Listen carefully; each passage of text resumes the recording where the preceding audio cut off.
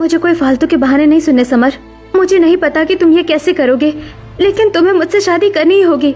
अगर तुमने मुझे धोखा देने की या शादी से पीछे हटने की कोशिश की ना, तो याद रखना मैं सीधा पुलिस स्टेशन जाऊंगी और तुम पर ऐसा पुलिस केस करूंगी कि तुम्हारी पूरी फैमिली कोर्ट के चक्कर काटती रह जाएगी।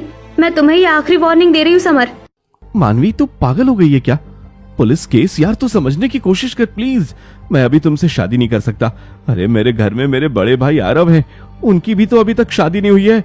घर में अभी उनकी शादी की बात चल रही है। ऐसे में अगर मैं जाकर बोलूंगा कि मुझे शादी करनी है तो घर वाले मुझे घर से बाहर निकाल देंगे। तू थोड़ा समझा तो कर मेरी मजबूरी। मुझे तुम्हारे बड़े भाई या तुम्हारी फैमिली से कोई मतलब नहीं है। मुझे बस मेरी शादी से मतलब है। तुम्हें मेरी बात माननी होगी, वरना जो मैंने कहा है वो मैं पक्का कर दूंगी। सुबह का समय था। हॉल में सोफे पर गंगा देवी, सावित्री और अशोक बैठे चाय पी रहे थे। सामने डाइनिंग टेबल पर निधि अपने लैपटॉप पर बात कर रही थी। अरे सावित्री, जरा अपने इस महारानी को देख, दिन भर इस लैपटॉप में आंखें गड़ाए रहती है। शादी वादी की तो इसे कोई टेंशन ही नहीं है। पूछो तो बस एक ही जवाब देती है कि मुझे तो अपना बिजनेस करना है, लाइफ में आगे बढ़ना है। अरे माँ जी, आप सुबह सुबह क्यों उसे परेशान कर रही हो? अगर उसे अभी शादी नहीं करनी तो मत करने दीजिए ना। आजकल की लड़कियां हैं, उसे अपने करियर में आगे बढ़ना है तो बढ़ने दीजिए, इसमें बुराई ही क्या है? हाँ ठीक है, मैं उसे अब कुछ नहीं कहूँगी। पर हाँ, अब जो मेरा बड़ा पोता है आरव, वो मैं तो चाहती हूँ कि अब उसकी शादी हो जाए। काफी बड़ा हो गया है वो। मैं तो बस उसके लिए एकदम संस्कारी और घर को जोड़ने वाली बहू लाना चाहती हूँ। हाँ माँ जी, आप बिल्कुल ठीक कह रही हैं। आरव के लिए तो हम एकदम बढ़िया और सुलझी हुई लड़की ढूंढेंगे जो एकदम संस्कारी होगी। तभी वहां आरव आता है। अरे दादी, आप लोग मेरी शादी के लिए क्यों इतना परेशान हो रहे हैं? आपको मेरे लिए लड़की ढूंढने की कोई जरूरत नहीं है। मैंने तो पहले ही अपने लिए एक लड़की ढूंढ ली है। क्या तूने लड़की ढूंढ ली है? हाँ माँ, वो ज्यादा अच्छी और बहुत प्यारी लड़की है। सच में, जब आप लोग उससे मिलोगे ना तो वो आपको सबको बहुत ज्यादा पसंद आएगी। अच्छा, तो तू अब लव मैरिज करेगा? कान खोल कर सुन ले आरव, ऐसा कुछ नहीं होने वाला। इस घर में कोई लव मैरिज वाली बहू नहीं आएगी। ये लव मैरिज वाली बहू है ना, एकदम बेकार होती है, आते ही घर को तोड़ देती है। हाँ आरव, दादी बिल्कुल सही कह रही है। उस लड़की को भूल जा। तू, तेरी शादी हम अपनी मनपसंद की लड़की से ही करवाएंगे, जो तेरे लिए भी अच्छी होगी और इस घर के लिए भी। आरव गुस्से में वहां से चला जाता है। अरे आजकल के जो बच्चे हैं ना, उनका दिमाग ही एकदम गर्म रहता है। देखा कैसे गुस्से में भागा है? मुझे तो डर लग रहा है कि कहीं गुस्से में आकर कुछ उल्टा सीधा ना कर ले। हाँ जी, मुझे भी यही डर है। हो सकता है कि ये उस लड़की के साथ कहीं भाग ही जाए और हमसे अलग होकर रहने लगे। आपको याद है ना, वो जो पड़ोस के शर्मा जी हैं, उनके बेटे ने भी तो ऐसे ही किया था। इसलिए मुझे लगता है कि हमें आरव की जल्दी से शादी कर देनी चाहिए। हाँ, इसकी ना जल्दी से शादी फिक्स करते हैं। एक अच्छी और संस्कारी लड़की ढूंढते हैं और तुरंत इसकी शादी कर देते हैं। हाँ माँ जी, हम अच्छी लड़की ढूंढेंगे अपने आरव के लिए। कुछ दिनों बाद अशोक, सावित्री और गंगा देवी आरव के लिए एक लड़की को देखने गए थे, जिसका नाम पल्लवी था। जी, लड़की तो एकदम प्यारी लग रही है। हाँ, फैमिली भी बहुत ज्यादा अच्छी है और इसके संस्कार की तो मैंने बहुत तारीफ सुनी है। बस मुझे तो लड़की पहली नजर में ही पसंद आ गई। इसी की शादी अपने बड़े पोते आरव से करवा देते हैं। पल्लवी, अब तू ही मेरे बड़े पोते की पत्नी बनेगी और मेरे घर की बड़ी बहू बनेगी। बहुत ज्यादा अच्छी है तू। आरव और पल्लवी का रिश्ता पक्का हो गया और कुछ दिनों बाद दोनों की शादी हो जाती है। पल्लवी का अपने ससुराल में गृह प्रवेश हो रहा था। सभी बहुत खुश थे। अरे देखो देखो, हमारे घर तो साक्षात लक्ष्मी आई है। हाँ माँ जी, देखो दिखने में कितनी सुंदर लग रही है हमारी बहू। तभी वहाँ दो पड़ोसन आ जाती हैं। अरे सावित्री बहन, ज्यादा खुश मत हो। आजकल की बहुएं तो आते ही ना घर में महाभारत शुरू कर देती हैं। हाँ, ये तो बस बाहर से दिखने में सीधी सादी लग रही हैं, अंदर से बहुत ज्यादा तेज और बुरी होंगी। आंटी जी, शायद वो ऐसी होंगी, तभी तो आप दूसरों की बहुओं के बारे में ऐसा उल्टा सीधा बोल रही हैं। और वैसे भी ना, हाथ की पांचों उंगलियां कभी एक जैसी नहीं होती। इसी तरह हम बहू एक जैसी नहीं होती। ऐसा बिल्कुल नहीं है कि हर बहू घर तोड़ने वाली होती है। बहू अच्छी और घर जोड़ने वाली भी होती है। ये तो बस अपनी अपनी सोच का फर्क है। पल्लवी का जवाब सुनकर दोनों पड़ोसनों के मुंह बंद हो जाते हैं। वाह, ये तो बहुत ज्यादा समझदार है। जो भी हो, मुझे तो ये पसंद आ गई है। घर वालों की चॉइस सच में बहुत अच्छी है। पल्लवी का गृह प्रवेश हो जाता है। गृह प्रवेश होने के बाद सभी घर वाले एक साथ हॉल में बैठे हुए थे। दादी जी, माँ जी, अब मैं इस घर में आ गई हूँ ना, तो अब आप में से किसी को भी परेशान होने की जरूरत नहीं है। मैं आप सभी को अपने हाथ का बढ़िया बढ़िया खाना खिलाऊंगी। घर के सारे काम वगैरह अब मैं खुद संभालूंगी। और ननन जी, मैंने आपके बारे में बहुत सुना है कि आप अपना बिजनेस करती हैं। आप ना बिल्कुल टेंशन फ्री होकर अपने उसी काम में लगे रहना। घर का जो भी काम होगा वो मैं संभाल लूंगी। जुग जुग जियो मेरे बच्चे, सच में हमारी बहू एकदम संस्कारी है। बेटा, तेरा एक देवर भी है, मेरा छोटा बेटा समर। वो भी किसी काम से बाहर गया है, जल्दी आ जाएगा। वो बहुत ज्यादा अच्छा है। अगली सुबह पल्लवी अपनी पहली रसोई तैयार करती है और डाइनिंग टेबल पर सबको सर्व करती है। अरे वाह बहू, खाना तो बहुत ही ज्यादा स्वादिष्ट बना है, मजा आ गया। बहू, सच में खाना बहुत अच्छा है। ये ले बेटा, तेरी पहली रसोई का शगुन। हमेशा ऐसे ही खुश रहना। सब पल्लवी को शगुन देते हैं। तभी निधि पल्लवी के गले लग जाती है। भाभी, सच कह रही हूँ, हमारी बॉन्डिंग ना बहुत ज्यादा अच्छी होने वाली है। देखना, हम दोनों ना बेस्ट फ्रेंड्स बनेंगी। आप सच में बहुत ज्यादा अच्छी हो। कुछ दिनों बाद घर का छोटा बेटा समर बाहर से आ गया था। वह एक पार्क में अपनी गर्लफ्रेंड मानवी के साथ खड़ा था। मुझे कोई बकवास नहीं सुननी। समर, मुझे नहीं पता, अब तुम्हें मुझसे शादी करनी ही होगी। अगर तुमने कुछ भी बहाना बनाया ना, तो मैं तुम्हें छोड़ूंगी नहीं। अरे यार मानवी, तुम समझ क्यों नहीं रही हो? मैंने तुम्हें उस रात क्लब के बाहर भी समझाया था ना कि मैं अभी तुमसे शादी नहीं कर सकता। मुझे कुछ नहीं सुनना। मुझे बस अब तुमसे शादी करनी है, मतलब करनी है, और यही मेरा फाइनल डिसीजन है। अगर तुमने मुझसे शादी नहीं की तो तुम्हें पता है कि मैं क्या कर सकती हूँ। इसीलिए ये फालतू का ड्रामा बंद करो, सीधे अपने घर जाओ और अपने घर वालों से बात करो। मानवी गुस्से में वहां से चली जाती है। रात का समय हो जाता है। समर अपने घर आता है। सभी घर वाले हॉल में बैठे हुए थे। मुझे आप लोगों से एक बहुत जरूरी बात करनी है। मैं एक लड़की को पसंद करता हूँ और मैं उसी से शादी करना चाहता हूँ। तू पागल हो गया है क्या? लव मैरिज करेगा तू? अरे तेरे बड़े भाई आरव ने तो लव मैरिज नहीं की, हमने उसे मना किया तो वो चुपचाप हमारी बात मान गया। तुझे भी ऐसे ही करना पड़ेगा। अगर तुझे शादी करनी है तो हम तेरी अपनी पसंद की लड़की से करवाएंगे। पता नहीं तूने कैसी लड़की चुनी होगी अपने लिए। अरे पापा, उसने हमारा घर देखा है। वो जो एक बार मेरे साथ घर आई थी ना, जिससे मैं अपनी फ्रेंड बता रहा था, वो मेरी फ्रेंड नहीं गर्लफ्रेंड थी। मैं उसी से प्यार करता हूँ और मैं उसी से शादी करूंगा। बस कर समर, वो लड़की इस घर की बहू कभी नहीं बनेगी। समर गुस्से में अपने कमरे में चला जाता है और अपने कमरे में जाकर दुखी होने लगता है। तभी पल्लवी उसके पास आती है। देवर जी, क्या हुआ? ऐसे बच्चों की तरह क्यों रो रहे हैं आप? भाभी, मैं उस लड़की से बहुत प्यार करता हूँ। वो सच में बहुत ज्यादा अच्छी है। मैं उसी से शादी करना चाहता हूँ, पर घर वाले मेरी बात नहीं सुन रहे हैं। प्लीज भाभी, आप घर वालों को मनाइए ना।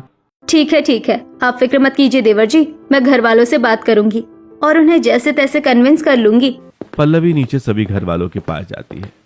माँ जी, बाबूजी, देवर जी को करने दीजिए ना अपनी मनपसंद की लड़की से शादी। पर बहू, माँ जी सोचिए, अगर उन्होंने गुस्से में आकर कुछ उल्टा सीधा कर लिया तो कितनी बड़ी आफत हो जाएगी। और अगर आपने जबरदस्ती किसी और लड़की से उनकी शादी करवा दी तो क्या गारंटी है कि वो खुश रहेंगे? पता चले वो कहीं भाग जाए और उस बेचारी लड़की की लाइफ भी बर्बाद हो जाए जिससे आप शादी करवाएंगे। बहू, बात तो एकदम पते की कह रही है। ठीक है, अगर मेरी बड़ी बहू कह रही है तो करने दो उसे अपनी मनमानी। पल्लवी समर को सब कुछ बता देती है। समर खुश हो जाता है। पल्लवी वहां से चली जाती है। समर खुश होकर मानवी को फोन करता है। मानवी, गुड न्यूज है, घर वाले शादी के लिए तैयार हो गए हैं। ऐसा करते हैं, हम कल ही कोर्ट मैरिज कर लेते हैं। देखो समर, हम कोर्ट मैरिज जरूर कर रहे हैं, लेकिन तुम्हारे घर में मेरा जो स्वागत होगा ना, वो एकदम धूमधाम से होना चाहिए। प्रॉपर बैंड बाजा होना चाहिए। ये सब कुछ अरेंज कर लेना। अरे हाँ, ठीक है, तुम टेंशन मत लो, मैं सब कुछ मैनेज कर लूंगा। अगले दिन अशोक, सावित्री और गंगा देवी कोर्ट के बाहर खड़े हुए थे। तभी समर और मानवी गले में फूलों की माला डालकर कोर्ट से बाहर आते हैं। हाय मम्मी जी, हेलो दादी जी, मैंने जो बोला था वो सब कहाँ है? अभी वहाँ बैंड वाले आते हैं और बैंड बजाने लगते हैं। ये क्या तमाशा हो रहा है समर? वैसे भी तो तूने हमारी मर्जी के खिलाफ लव मैरिज की है, और अब क्या सबके सामने हमारी इज्जत का फालूदा बनवाएगा? अरे माँ, मान जाइए ना प्लीज। इसकी इच्छा थी कि ऐसे धूमधाम से घर जाने की, और वैसे भी लोगों को भी तो पता चलना चाहिए कि मैंने शादी कर ली है। मानवी बैंड बाजे के साथ अपने ससुराल आ जाती है। रात का समय हो जाता है और मानवी और समर अपने कमरे में थे। मानवी, तुम्हें पता है आज ये जो हमारी शादी हुई है ना, ये सिर्फ और सिर्फ मेरी पल्लवी भाभी की वजह से हुई है। सच में यार, मेरी भाभी ना बहुत ज्यादा अच्छी हैं। घर पर सब उन्हें बहुत ज्यादा पसंद करते हैं और मैं भी उनकी बहुत रिस्पेक्ट करता हूँ। देखो देखो, ये कैसे अपनी भाभी की तारीफों के पुल बांध रहा है। क्या मैं इसके लिए कुछ नहीं हूँ? रात का समय हो जाता है। समर सो चुका था। मानवी फोन पर अपनी माँ से बात कर रही थी। देख मानवी, तूने अपनी मनमानी तो कर ली, लेकिन अब ससुराल में अपनी इमेज बहुत अच्छी बनाना। और सुन, अगर तेरी जेठानी है ना, तो उससे सबसे ज्यादा अच्छा बनने की कोशिश करना, क्योंकि तूने लव मैरिज की है। तेरी एक छोटी सी गलती भी तुझ पर बहुत ज्यादा भारी पड़ जाएगी वहाँ। हाँ माँ, मैं समझ रही हूँ। इसीलिए सबके सामने एकदम परफेक्ट बहू बनने का ड्रामा करना। पीठ पीछे तो कुछ भी कर, उससे किसी को कोई फर्क नहीं पड़ता। बस सबके सामने तेरा व्यवहार एकदम अच्छा होना चाहिए। अरे माँ जी, आप यही बोल रही हो ना कि मुझे एक्टिंग करनी है, तो वो तो मैं एकदम फर्स्ट क्लास कर लूंगी, आप फिक्र मत कीजिए। मानवी फोन काट देती है और सो जाती है। अगले दिन मानवी जल्दी उठती है और घर की साफ सफाई करती है। फिर नहाकर पूजा करती है और सबके लिए नाश्ता तैयार करती है। अरे सावित्री, देख रही है तू हमारी छोटी बहू को? हाँ माँ जी। तभी वहां पल्लवी आ जाती है, जो कि अभी अभी सोकर उठी थी। अरे पल्लवी, जरा अपनी देवरानी को देख, वो सुबह 5 बजे से उठकर काम कर रही है पहले दिन ही, और तू इतना लेट क्यों उठती है? थोड़ा जल्दी उठा कर तू।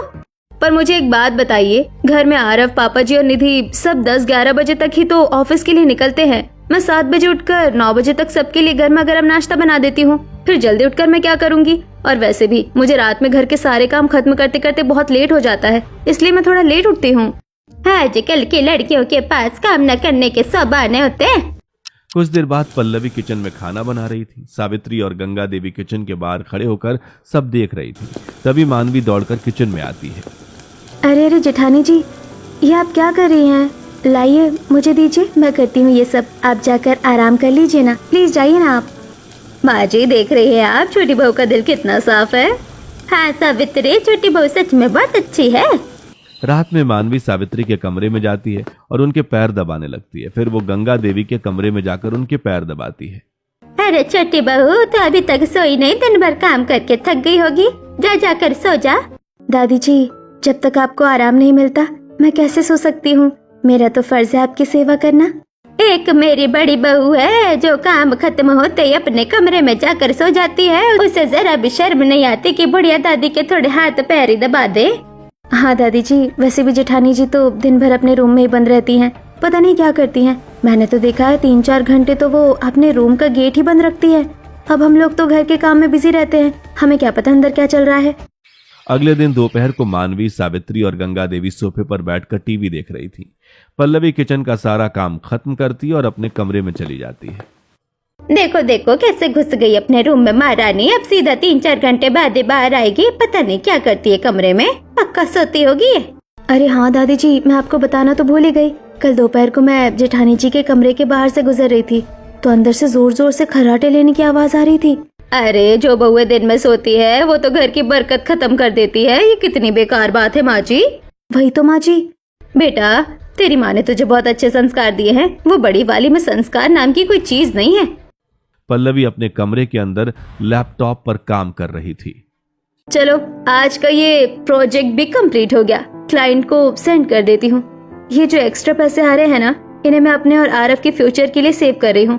कल को जब हमारा बच्चा होगा तो उसके लिए कुछ तो होना चाहिए। घर के कामों के साथ ये जॉब मैनेज करना मुश्किल है, पर कोई बात नहीं, आगे चलकर मुझे कोई परेशानी नहीं आएगी। समय बीत जाता है। रात हो गई थी। निधि अपने कमरे में लैपटॉप पर कुछ काम कर रही थी। तभी मानवी दूध लेकर वहां आती है। ये ले, तेरा दूध पी ले। भाभी, आप ऐसे क्यों बात कर रही है? तो कैसे बात करूं महारानी? अरे देख तो अपनी शक्ल कितनी बुढ़ी हो गई है। शादी क्यों नहीं कर लेती तू? अरे कभी तुझे बैठे बैठे कॉफी चाहिए, तो कभी चाय चाहिए, तो कभी दूध चाहिए। अरे अपने ससुराल जा और वहाँ जाकर हुक्म चलाना। भाभी, आप ये किस तरीके से बात कर रही है मुझसे? मैं तो ऐसी ही हूँ और ऐसी ही बात करूंगी। फालतू काम करवाएगी तो फालतू बातें सुनेगी ना। मानवी यह कहकर वहां से चली जाती है। ठीक है छोटी भाभी, बोल लीजिए। अगर मैं ये बात बाहर जाकर घर वालों को बताऊंगी तो पहली बात तो वो मेरी बात पर यकीन ही नहीं करेंगे, और दूसरा, मैं इस घर में फालतू का कलेश नहीं करवाना चाहती। वैसे भी मैं दिन भर ऑफिस में रहती हूँ, करो आप अपना ड्रामा। अगले दिन सावित्री गंगा देवी कुछ पड़ोसनों के साथ हॉल में बैठी थीं। अरे सावित्री, तेरी छोटी बहू तो एकदम चांद का टुकड़ा है। अरे हाँ बहन, मेरी छोटी बहू तो बहुत अच्छी है, पर वो तेरी बड़ी बहू पल्लवी, वो तो कभी दिखती ही नहीं है। अरे उसके क्या कहने, वो तो दिन भर अपने कमरे में पसरी रहती है, पता नहीं क्या करती है, उसे किसी की परवाह नहीं है, बस खाने के टाइम पर बाहर आती है। दोनों बहुओं में तो जमीन आसमान का फर्क है। तभी मानवी नाश्ता लेकर वहां आती है। हाँ आंटी जी, जेठानी जी तो किचन में कदम भी नहीं रखती, वो कुछ काम वगैरह भी नहीं करती हैं, सारा काम मुझे ही करना पड़ता है। पर कोई बात नहीं, मेरा तो अपना ही घर है ना, मैं कर लेती हूँ। दूर खड़े होकर पल्लवी ये सब सुन रही थी।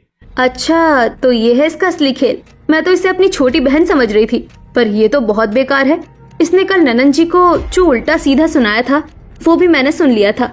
बहुत ज्यादा ड्रामेबाज है ये सबके सामने अच्छा बनकर मुझे नीचा दिखा रही है। पर कोई बात नहीं मानवी, मुझे इन सब चीजों की कोई फर्क नहीं पड़ता। कुछ दिनों बाद मानवी बहुत ज्यादा खुश होकर नीचे हॉल में आती है जहाँ सब घर वाले बैठे थे। अरे आप लोगों को एक बहुत बड़ी खुशखबरी सुनानी है। मैं प्रेग्नेंट हूँ और बहुत जल्द माँ बनने वाली हूँ। अब तो मैं पार्टी करूंगी अपनी सहेलियों के साथ। हाय मेरी बच्ची, तूने तो आज बहुत अच्छी खबर सुनाई है। मानवी देख बेटा, खबर तो बहुत अच्छी है, लेकिन अब कोई पार्टी नहीं करना। तेरी हालत अभी ऐसी नहीं है कि तू ये सब शोर शराबा कर सके। हम कोई अच्छा सा फंक्शन बाद में करेंगे, पर अभी पार्टी नहीं। नहीं दादी जी, मैं तो पार्टी करूंगी ही, वैसे भी आजकल सब पार्टी करते हैं। ये कहकर मानवी वहां से चली जाती है। रात हो जाती है। मानवी पार्टी करके रात को लौटती है। मानवी देख, अभी तो प्रेग्नेंट है, इस हालत में इतनी लेट नाइट पार्टीज डांस वगैरह मत किया कर, ये सब तेरे बच्चे के लिए खतरा हो सकता है। अपनी ये फ्री की सलाह अपने पास ही रखिए जेठानी जी, आप मुझे मत सिखाइए कि मुझे क्या करना है और क्या नहीं। मानवी यह बोलकर वहां से चली जाती है। अगले दिन मानवी अपने कमरे में थी और उसे बहुत ज्यादा गर्मी लग रही थी। समर, तुम्हें दिख नहीं रहा कि मैं प्रेग्नेंट हूँ? मुझे कितनी गर्मी लग रही है, चलो जल्दी से फैन की स्पीड बढ़ाओ। बढ़ा दी है मानवी, फुल स्पीड पर है फैन, और कितनी बढ़ाऊं? मुझे ये सब फालतू के बहाने नहीं सुनने। मुझे ये बताओ, तुम इतना अच्छा खासा पैसा कमाते हो, बस अपने घर वालों के हाथ में रख देते हो। क्या तुम अपने रूम में एक एसी तक नहीं लगवा सकते? मुझे नहीं पता, चाहे घर का बजट बिगड़े या कुछ भी हो, मुझे मेरे रूम में एसी चाहिए बस। अरे यार ठीक है, लगवा लूंगा एसी, अब शांत हो जाओ।